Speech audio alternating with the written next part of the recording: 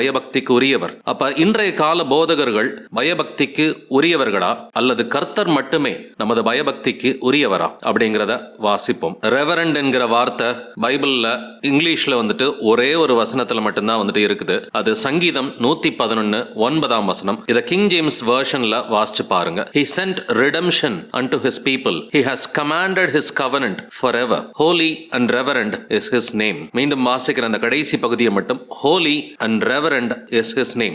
யாருடைய நாமம் வந்துட்டு ரெவரண்ட் அப்படின்னு சொல்லி எழுதி இருக்கிறது? கர்த்தருடைய நாமம் தான் ரெவரண்ட். ஏன்னா கர்த்தர் மட்டுமே பயபக்திக்கு உரியவர் என்பதனால மட்டும்தான் வந்துட்டு holy and reverend is his name. கர்த்தருடைய நாமம் தான் ரெவரண்ட் என்பது, பயபக்திக்கு உரியவர் என்பது.